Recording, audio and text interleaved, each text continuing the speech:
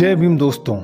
हिंदू धर्म के कट्टर विरोधी, ब्राह्मणों के देवी देवताओं का खुलेआम अपमान करने वाले पेरियार रामास्वामी नायकर, ये वो महान शख्सियत हैं जिन्होंने ब्राह्मणवाद की नाक में नकेल डालने का काम किया था। पेरियार के राजनीतिक एवं सामाजिक चिंतन की नींव गैर ब्राह्मणवाद और गैर कांग्रेसी सोच से विकसित हुई। अपने बचपन से ही पेरियार ब्राह्मणवाद का शिकार रहे। जातिवाद इतना चरम पर था कि उन्हें उनके सबड़ समाज के शिक्षक के घर में गिलास से मुंह लगाकर पानी पीने की मनाही थी और वह किसी गैर जाति के बच्चे के साथ अगर खेलते थे तो बालक पेरियार को अपने घर में मार पड़ती थी। एक दिन उन्होंने एक ब्राह्मण, जिसका पेरियार के पिता बहुत आदर करते थे, उसके भाई को न्यायालय की मदद लेकर पेरियार ने गिरफ्तार करा दिया। इस मामले को लेकर पेरियार के पिता ने उन्हें गांव में सबके सामने पीटा। इन सब से तंग आकर पेरियार घर छोड़कर वाराणसी भाग गए, परंतु वहां पहुंचकर उन्हें ब्राह्मणवाद का वो भयंकर रूप देखना पड़ा कि बालक पेरियार ने अपनी भूख मिटाने के लिए वाराणसी की एक गली में चलने वाले निःशुल्क भोजनालय में जब भोजन करने का प्रयास किया तो वहां के दरबान ने उन्हें यह कहकर भगा दिया कि यह भोजनालय केवल ब्राह्मणों के लिए है। और तब भूखे बालक पेरियार को पेट भरने के लिए भोजनालय की जूठी पत्तलों को खाना पड़ा और इसके लिए भी उन्हें पत्तलों के पास मंडराते हुए कुत्तों से युद्ध करना पड़ा था।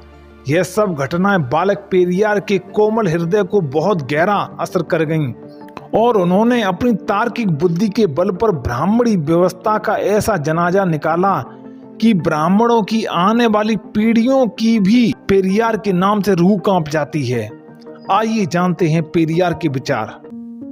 ब्राह्मण आपको भगवान के नाम पर मूर्ख बनाकर अंधविश्वास में निष्ठा रखने के लिए आपको तैयार करता है और स्वयं आरामदायक जीवन जीता है।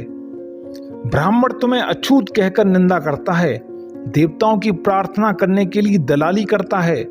मैं इस दलाली की निंदा करता हूँ और सावधान करता हूँ कि ब्राह्मणों का विश्वास मत करो। मैंने सब कुछ किया। मैंने गणेश आदि सभी ब्राह्मण देवी देवताओं की मूर्तियां तोड़ डाली, राम आदि की तस्वीरें भी जला दी। मेरे इन कामों के बाद भी मेरी सभाओं में मेरे भाषण सुनने के लिए यदि हजारों की गिनती में लोग इकट्ठा होते हैं तो साफ है कि स्वाभिमान तथा बुद्धि का अनुभव होना जनता में जागृति का संदेश है। उन देवताओं को नष्ट कर दो जो तुम्हें शूद्र अतिशूद्र कहें। उन प्राणों और इतिहास को ध्वस्त कर दो जो देवताओं को शक्ति प्रदान करते हैं। अगर देवता ही निम्न जाति बनाने का मूल कारण है तो ऐसे देवता को नष्ट कर दो।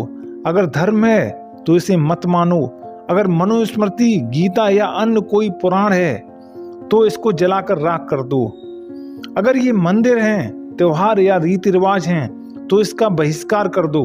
यदि हमारे राजनीतिज्ञ ऐसा करते हैं तो इसका खुले रूप में पर्दाफाश करो। ब्राह्मणों के पैरों में क्यों गिरना? क्या ये मंदिर हैं? क्या ये त्योहार हैं?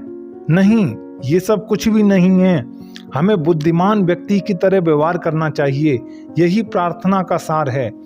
हमारे देश को आजादी तभी मिली समझनी चाहिए जब ग्रामीण लोग देवता, अधर्म, जाति और अंधविश्वास से छुटकारा पा जाएंगे। पेरियार का सामाजिक एवं राजनीतिक चिंतन बहुजन समाज के लिए क्यों आवश्यक है और उसकी जड़ें कहां से आती हैं, यह सब बहुजन आंदोलनकारियों को जानना आवश्यक है।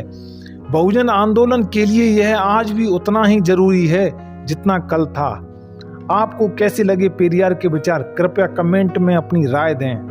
बहुजन महापुरुषों से जुड़ी जानकारी पाने के लिए हमारे चैनल को सब्सक्राइब जरूर करें और साथ ही बेल आइकन की घंटी भी दबाएं।